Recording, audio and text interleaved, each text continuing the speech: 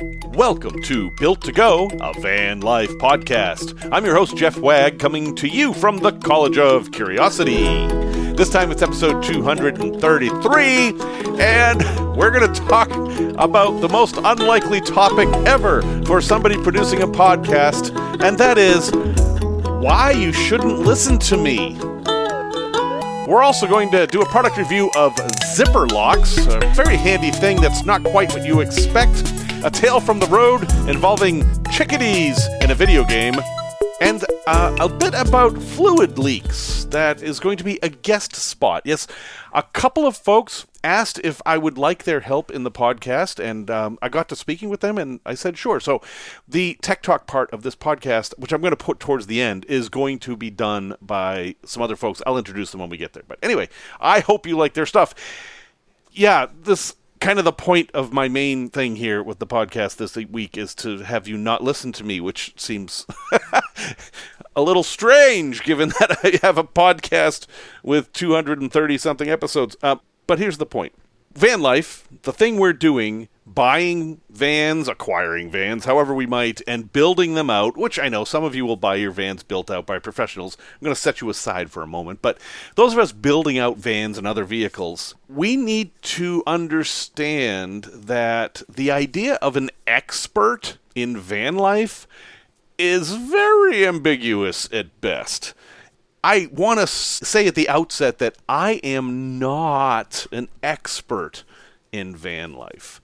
I'm not an expert in wiring electrics for a van. I'm not an expert in insulation. I'm not an expert in air conditioning or heating. I'm not an expert in suspension. None of it. I am a guy with a van and a truck and a few RVs. I seem to have a collection now. That's all I am. But because of the nature of human experience and how we interact socially, and the fact that I have a platform that I've created for myself, because anybody can do this, I am seen as an expert. I'm seen as someone to listen to, and I'm not. I mean, I promise you guys that I will not lie to you in as much as I'm capable of it. In fact, let me jump right in here with some corrections.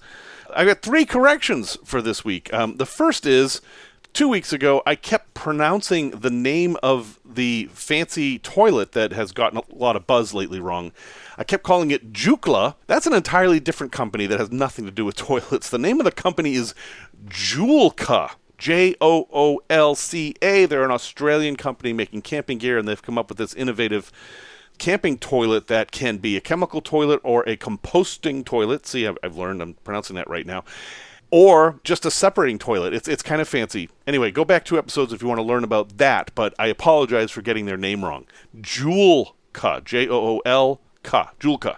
Okay, that was the first one. Second one, on the news last week or the week before, I think it was last week, I was talking about how in the UK they're going to start canceling RV driving privileges for people over 70.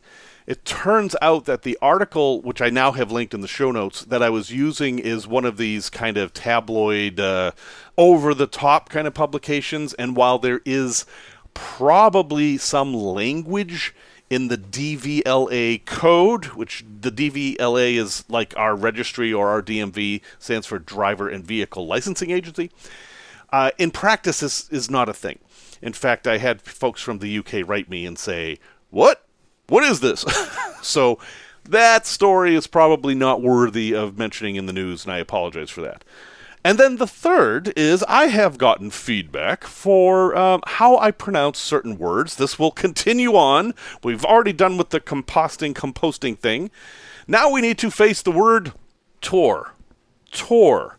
T-O-U-R rhymes with for and pour. Unless you're from certain parts of the United States where they pronounce those words with 2 syllables for some reason and say tour and poor, but I've never heard them say fooer. I've heard them say fur, but I say for. And it has been suggested to me that I should stop mispronouncing the word tour. And no, I'm not gonna. I'm sorry. I'm drawing the line here. You might have got me on composting and composting, but tour is defensible. That is a defensible pronunciation because it rhymes with pour and for, and I've never heard anyone say fooer. Maybe there is somebody. Anyway, pronunciations change. There's accents. I will do my best to communicate clearly, but I'm not going to go through the effort of trying to say tour because it just sounds wrong to me, and it's not that important. So, take that hell. Anyway, there you go. Back on topic here. I'm not an expert, and I'm going to go so far as to say that there really aren't any experts. I mean, there are names that come up in van life, like Bob Wells and Greg Virgo, who produce excellent content that inform a lot of people. I mean, they're almost essential watching if you're going to be building out a van and stuff. But are they experts? Well, how do we judge if somebody's an expert in something that isn't a degreed field? There's nobody who has a degree in van life. Nobody's had any formal education. Yeah, there are some online courses and programs you can take for like how to build out a van and stuff, but it's not like they're accredited by anybody. They're just other people saying, hey, we're experts, learn from us. And some of these are quite good. I am not trying to suggest that the content out there is all bad and untrustworthy. I'm trying to suggest that the onus is on you to determine the difference between somebody who knows what they're talking about and someone who doesn't. Or, more subtly, someone who knows what they're talking about, but isn't talking about your particular circumstances. So Greg Virgo, let's bring him up. Virgoe, he's on YouTube. I think he's from the UK. Great videos, a very precise builder. You can learn a lot from him. And I don't disagree with anything he does, except for one thing, which is whether you should install vapor barriers or not. I'm not going to get into that complex topic. I disagree. I don't think you should install vapor barriers. He thinks you should, and he thinks he's proven it why. In this circumstance where you have me saying one thing and him saying another, and I'm going to put him on a much higher pedestal than I am, okay? If the two of us disagree, in general, you should probably listen to him. But we disagree. And you, as somebody new to van life, says, well, this guy says this guy says that. How can we tell which one's right? And the answer is, you kind of can't. You have to employ your own skills of critical thinking to determine which advice fits your situation the best. Now, my approach to van life is not one of building the most perfect, bulletproof, best van ever. And that is the approach of some others. My approach is that I want to be practical. I want to be optimal. I want to be real. I want folks to consider that this vehicle they're building is temporary. This is not a Picasso or a Mozart symphony. It is something that you're going to have for a while and use, and then you're not going to have it. And I want to tailor resources around that. Other folks have a completely different take on van life. They want to build the best possible thing they can and spare all expenses. We're just going to go for it. We're going to build the best thing that ever could possibly be built. And that is valid too. It's just different. So one of the best ways to combat this problem of finding an expert guru and doing whatever they say to your detriment is to consider a whole bunch of sources. It's a lot of work. It's a lot of work. If you're going to build out your own van, don't find one guy or gal who has built out a van and is talking about ways to do it. Find a dozen. Expose yourself to as many different circumstances as possible. For example, on the insulation issue, you can find as many opinions on insulation as you can find people using insulation. I am on the minimalist side. I believe that practically and optimally you want to not spend a whole lot of time on insulation because it's not that important. Others will say that 80% of your van build depends on the insulation, and you got to worry about thermal bridging and stuff like that, which I just think is overkill. Neither of us is right.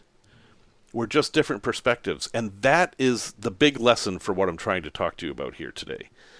Perspective, context, these things matter. I don't think there are many people out there who are talking about van life who are lying to you or who are trying to steer you wrong.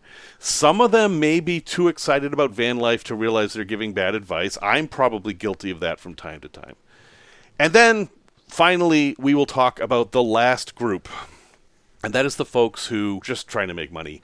They're just trying to market themselves as a guru so that you'll follow them and they can promote products to you and And you see this an awful lot with dietary supplement folks. They'll tell you about all these scary things and then try to sell you their own things. Those are the people that, in my opinion, you should avoid. And there are a few of those in van life. And you can find those folks mainly because they're mostly positive all the time, or conversely, they're all scary all the time. Van life is so dangerous. Oh, you need to buy this. But it always ends with, you need to buy this. And I can tell you from experience that if you're somebody who is producing content, you will get approached by companies wanting you to hawk their products. They'll send you free ones. There's all kinds of ways to do it. It's interesting. Wonder Hussy just ran into this. She was talking about it on Facebook. She doesn't know what to do. A company sent her a product and said, if you make us a review video on this product, we will send you a check for X amount of dollars. I'll stay out of her personal business. So she said, sure. So she got the product and tried it out, and it's junk. It is junk. She doesn't like the product. But they're offering her enough money to make the video that she's pressured to make the video. And, I feel bad for her because she's actually making her living. Her entire income comes from the content she's creating.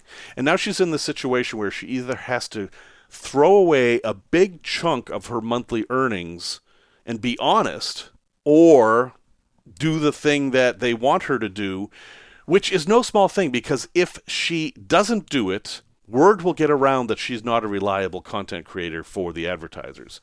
If she does do it, she's kind of screwing over her audience. And it's a tough situation to be in. I mean, it's easy to say, the right thing to do is that she should just not do it. And that's what I would do, but I'm not in her situation. I am not depending on income from my podcast to pay the monthly bills. She is.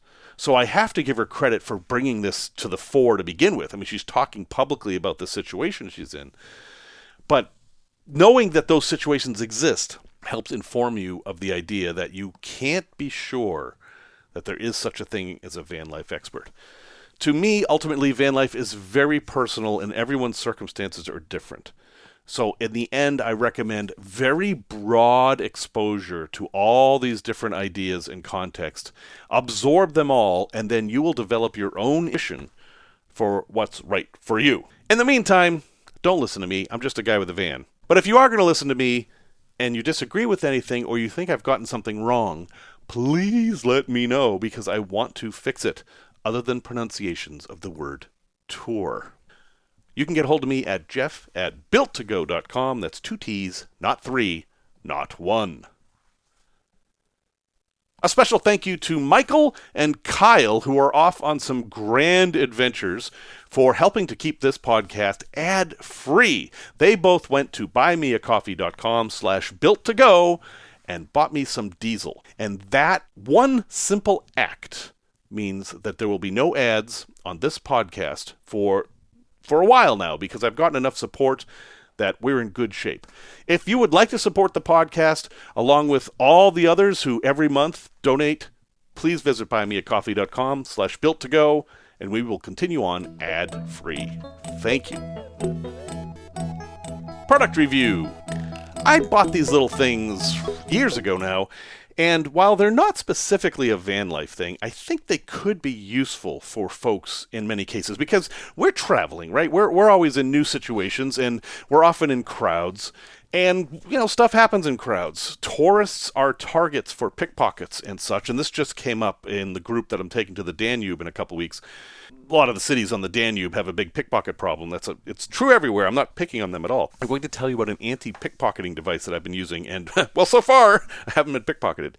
This is a zipper lock, and it's called that, but, well, it isn't really a lock. It's an interesting little thing. So it's made by a company called Bobino, Bobino, and it is a disc. It's a plastic disc that breaks apart, almost like a communion wafer. If you can think of that gesture, that's actually how you open this thing. And it has 2 pieces. One piece attaches to each side of a zipper. You need a kind of zipper that has 2 zippers that come together. And it just locks them together. And this does two things. One, it keeps your zippers together so they won't accidentally open. But the other is that they prevent pickpockets. Not because they're an actual lock. You don't need a key to open them. But because they're unusual. And you have to know the right motion to open them. And that's not obvious by looking at it. Now, after a bit of practice, it takes me nothing to open and close this thing. It's second nature to me.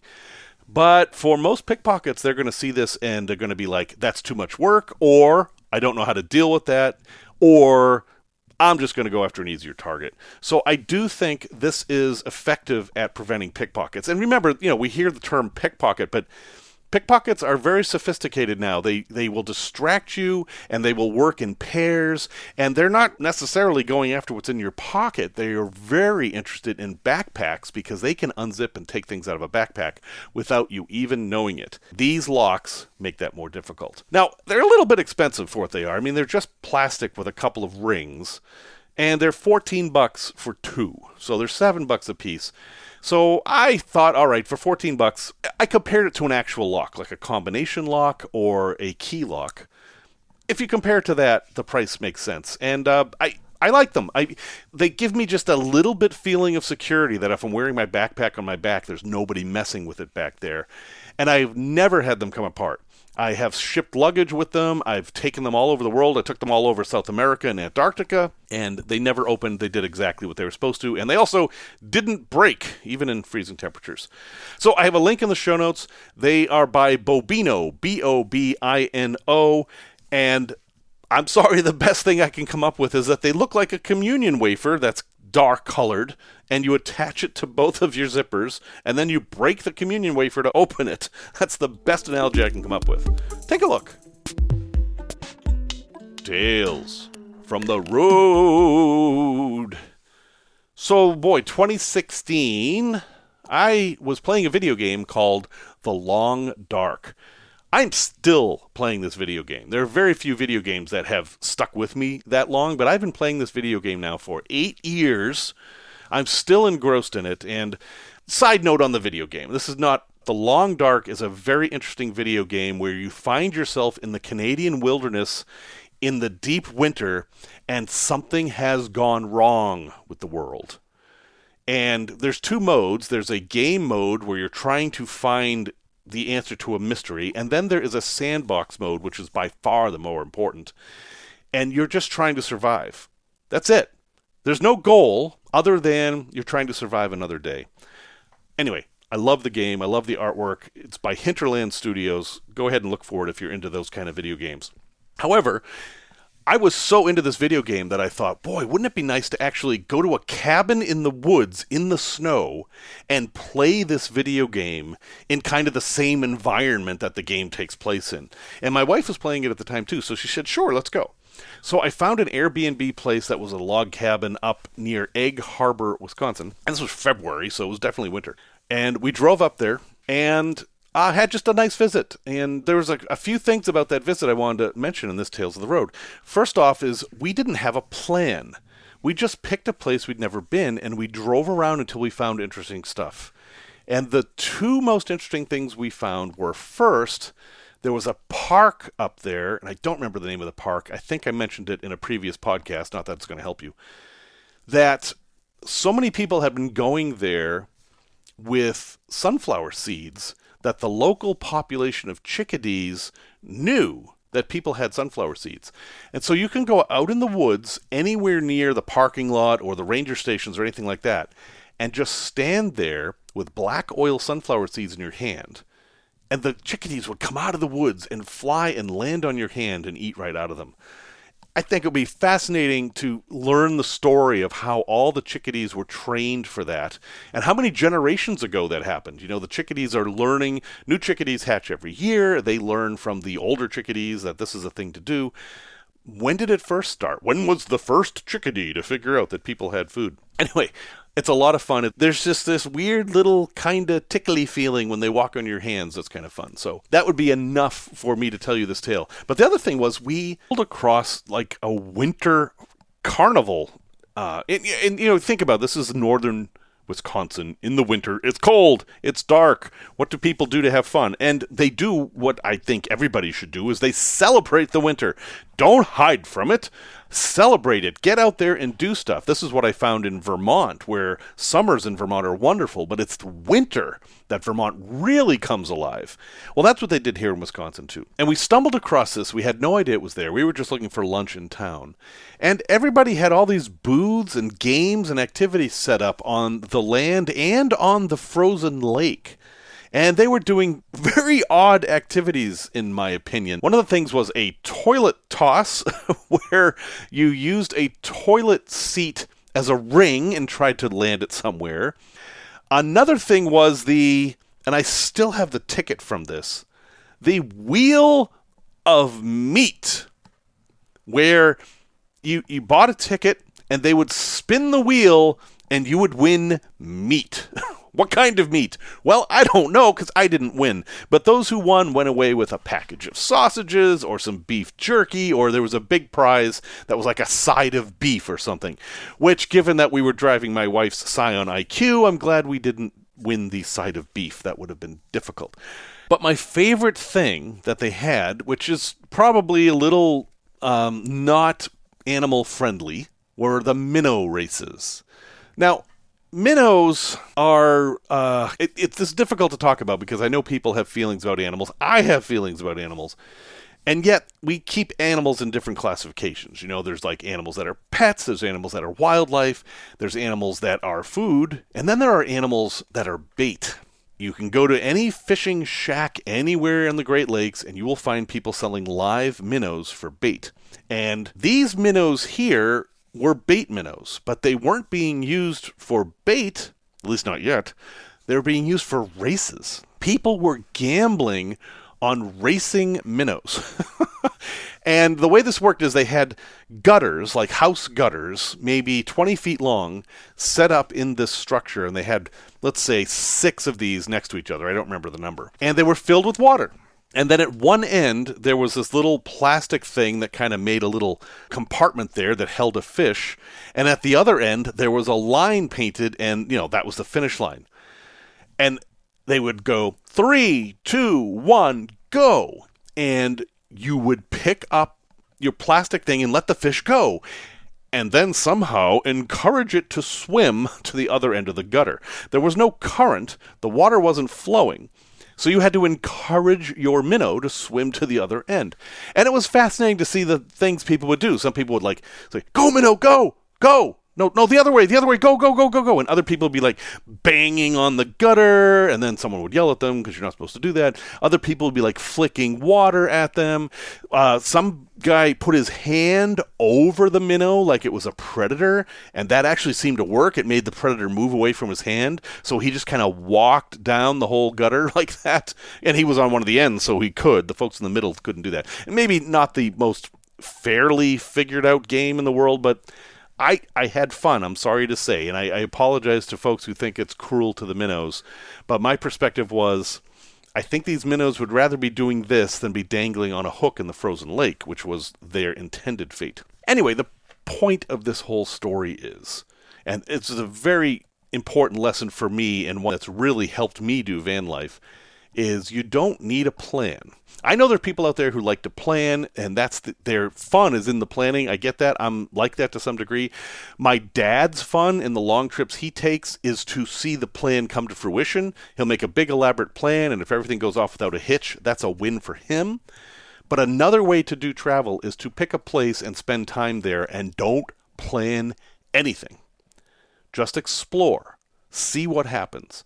And in many ways, those are my favorite kind of trips. And this trip to frozen Wisconsin is one of my favorites. I had a great time just experiencing everything up there. So this is all in the Egg Harbor region of Wisconsin if you'd like to explore. And if you go there in the summer, you'll have a completely different experience. So don't rule that out either. A place to visit. I have an interesting trip coming up. I've talked about it before, but I'm taking a bunch of folks on the Danube River. We're going to go to Budapest in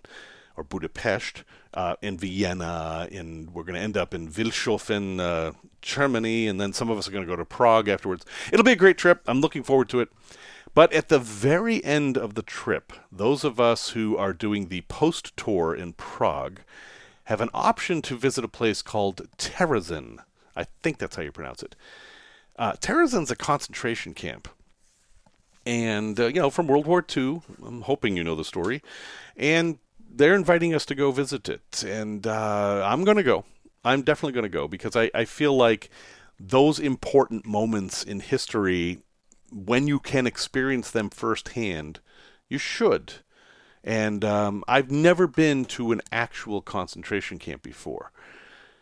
But to me, this is not a tourist visit, and I'm a little torn about it because I don't necessarily want what will probably be an emotional and moving experience to overshadow the fun we're having on the river trip. We were having a discussion about this in one of the Discord channels, and somebody pointed out, well, maybe that's the point. Maybe the point of going to a place like this is to kind of contrast with the touristy stuff you've just done. And yeah, I think that is part of it. So there's no question that I'm going, but it makes me mindful of all the places like this in the world that there are to visit, and how you need to approach them differently than if you're, say, going to Disney World or the Grand Canyon or Mount Rushmore or whatever. These are places where history has happened that has changed the world. And so a concentration camp is a very easy example.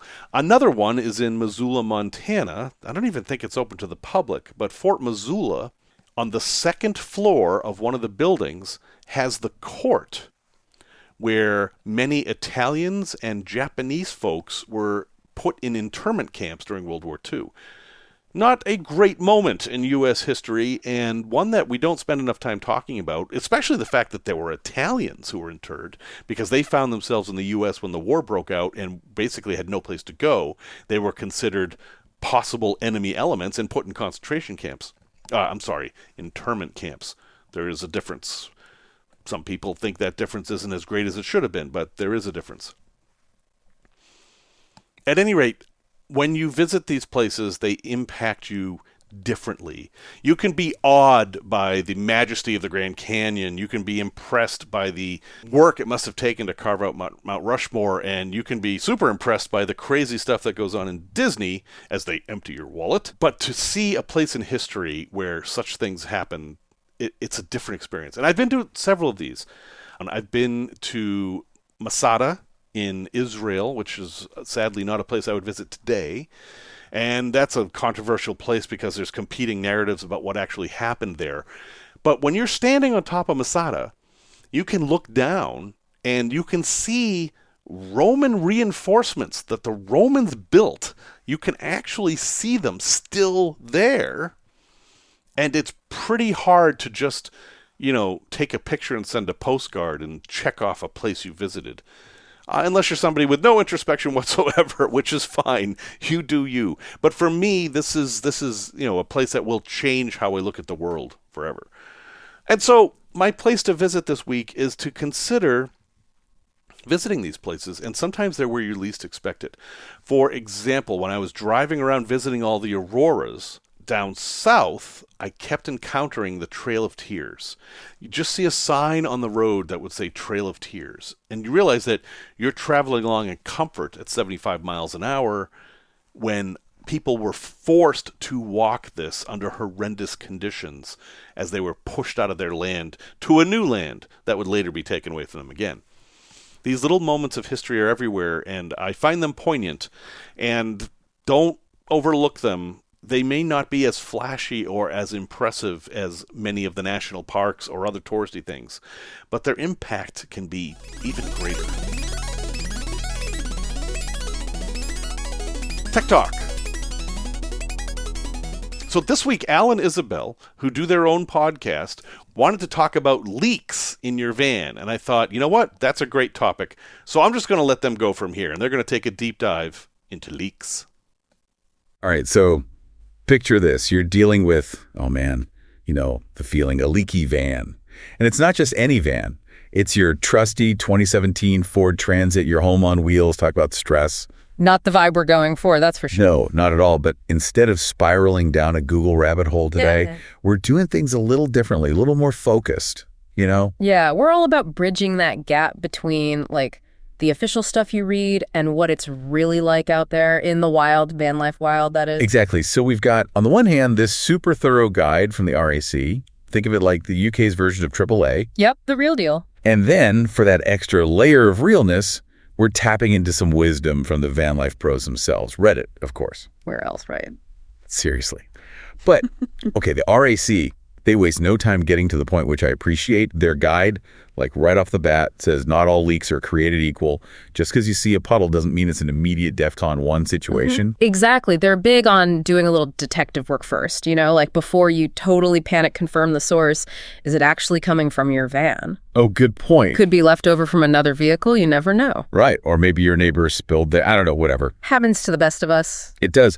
But to actually pinpoint the culprit, Yeah. they have this tip that seems almost too simple. Cardboard. Low tech, always reliable. Just slide a piece under your van to catch those drips. Okay. Makes sense, but why? Because, my friend, different fluids, they tell different stories, you know? Yeah. It's all about that visual cue. Right, the color of the leak. That's key. So let's break it down. Color-coded leak alert system. What are we most worried about? What should have us hitting the panic button? Okay, so anything amber, multicolored, that's a big red flag, no pun intended. Literally. Literally, yeah. That's probably going to be gasoline or diesel, and chances are, honestly, you'll smell it before you see it. Oh, yeah. But either way, fuel leaks, huge safety hazard, flammable, not something to mess around with. No, not at all. Get that checked out by a pro, like yesterday. Definitely do not want to be playing with fire. Nope. Okay, what about red fluid? Is that ever good news? Honestly, not really. Red usually means it's transmission fluid. You'll usually find this towards the middle or front of your van. And driving with a transmission leak, oh man, that's asking for trouble. Yeah, I bet. Seriously, you're looking at some major damage, so nipping that in the bud, crucial. And probably not cheap to fix either, right? Let's just say prevention is your friend here. For sure. Speaking of potentially pricey repairs, what about brown or black fluid? The dreaded, I'm assuming. Yeah, that's typically engine oil. Now, a little bit of an oil leak, that might be something you can handle with a little DIY action, but you got to be on top of those oil levels, monitoring those. Right. If it's more than a few drops or you're just not comfortable under the hood, mechanic time. Yeah, better safe than sorry, especially with something as vital as engine oil. Yeah. Okay, so far, not a lot of good news in the color department, but how about this? Reddish brown with a sweet, almost burnt smell. That seems oddly specific. It is a weird one, right? Yeah. Turns out that unique combo, that's your power steering fluid springing a leak. Really? Yep, and this is kind of interesting. You can technically still drive with a minor leak here, but don't let that fool you. It's not a free pass. Keep pushing it. With low power steering fluid, you're going to cause some damage. Not worth it. Yeah, no kidding. Okay, last color on the RAC's list. This one I feel like we've all encountered at some point. Yeah. Greenish yellow. Sometimes other colors too, but with that same sweet smell. Ah, that's your coolant. And you know, it's not always that bright green you might be thinking of. All right. These days, it comes in all sorts of funky colors, so don't let that throw you off. But that sweet smell, that's your giveaway. And coolant leaks, those are not something you want to ignore. Makes sense. Got to keep that engine cool, right? Yeah. Exactly. Ignoring a coolant leak, it's like, I don't know, playing chicken with your engine. You might get away with it for a bit, but it's going to catch up with you. And then you're in trouble. Big time. So definitely not a DIY situation. I wouldn't unless you're a seasoned mechanic. Agreed. Okay, so we've covered the color spectrum of potential van-related breakdowns, but the RAC, they also mentioned brake fluid, which, I mean, that's a whole other level of scary. Absolutely. Brown, slippery fluid, that's your brake fluid. And if you see that leaking, do not, I repeat, do not drive your van. Okay, noted. Get it towed, straight to a mechanic, no exceptions. Brakes are non-negotiable. Safety first, for sure. Okay, so that's the official word from the RAC, which, honestly, super helpful. But now, let's get into those real-world van life trenches tips. Reddit time. This is where it gets good. We're talking about tried and true tricks from people who live this life every day. Exactly. And they had some pretty ingenious solutions for finding those leaks that just refuse to be found. One of the most common suggestions, simulate a downpour. Makes sense, right? You're not sure where the water's getting in, create a controlled environment, hose, car wash, or if you're lucky enough, just wait for an actual rainy day. I like it. Use what you got. And then To zero in on those drips, the Redditors, they had a surprisingly low-tech solution, toilet paper. It does sound kind of weird at first, but it's actually brilliant. Okay, I'm intrigued. So you basically tape up strips of toilet paper in suspect areas, near seams, around windows, places like that. Makes sense. Leave it there for a while, especially during your little fake rainstorm. So if you come back and the toilet paper is wet or, well, dry then? You found your leak's entry point. Simple, effective, cheap. Can't beat that. Okay, that I love, but this one blew my mind a little bit. Flower power. Tell me I heard that wrong. Nope, you heard right. Apparently dusting your van's walls, especially those areas prone to condensation or leaks with flour or cornstarch, it can actually help you spot those hidden water trails. So the water absorbs into the powder and then leaves a trail. Oh, wow. Next level problem solving. I am both incredibly impressed and a little terrified to try that. Okay. Any other Reddit gems we should know about, especially since we're dealing with a Ford Transit here? Yeah, actually one more that really stood out, and it's super relevant. So Ford Transits, especially your model year, they're known to have some weak points around the roof caps, trim moldings, even those bumper clips. Interesting. So those seams and joints where different materials meet, those are prime suspect zones. Exactly. Highlights how important it is to understand I guess you could say, the quirks and vulnerabilities of your particular van. Right. Knowledge is power. Okay, so we've got all these strategies for finding and, really getting to know our leaks. What happens next? What's the game plan? So you've basically got this whole arsenal of leak hunting knowledge now, right? We're like leak detectives at this point. Exactly. But the important thing to remember, not every leak means you're calling a tow truck. Right. Some need a little more urgency than others. Exactly. Like we talked about, fuel leaks, brake fluid, anything that even hints at a safety issue, those are non-negotiables. Get a professional involved. Absolutely. No messing around with those. But what about, say, a bit of condensation or a minor oil leak that you're keeping a close eye on? That's where all this information really comes in handy. You're not just like panicking at the first sign of a drip. You can actually assess the situation, maybe try some of those Reddit tricks, pinpoint the source. Armed with my toilet paper and flour, ready to go. See?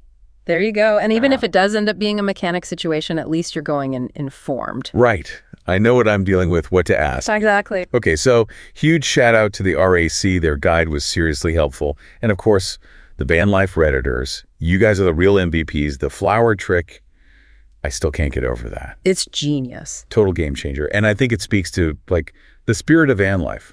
You're faced with a problem. You got to get creative. You find a way.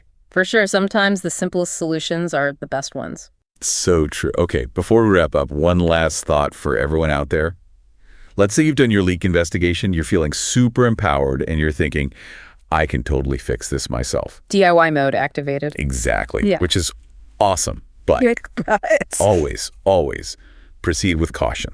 Couldn't agree more. Do your research, make sure the fix you're looking at, it's right for your van, your specific leak, don't cut corners, and if there's even a tiny bit of doubt, call a professional. Better safe than sorry, especially when it's your home on wheels we're talking about. Couldn't have said it better myself. Well, that wraps up our deep dive into the world of leaky vans. Hopefully you're feeling a little more informed, a little less intimidated, and definitely ready to tackle whatever drips or puddles come your way. Happy travels, everyone. Safe travels. Safe travels.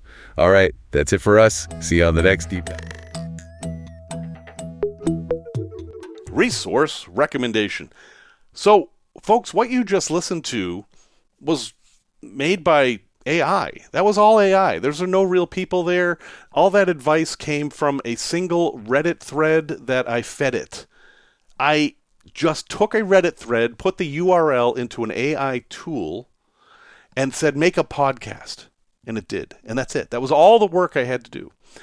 And I just thought, we're entering a new world of AI here, and heck, you don't need me to tell you about it. It's all over the news and everything, and there's a lot of hyperbole, and AI is going to take over the world, Skynet, Terminator's at your door. Yeah, all right, let's keep it real here for a minute.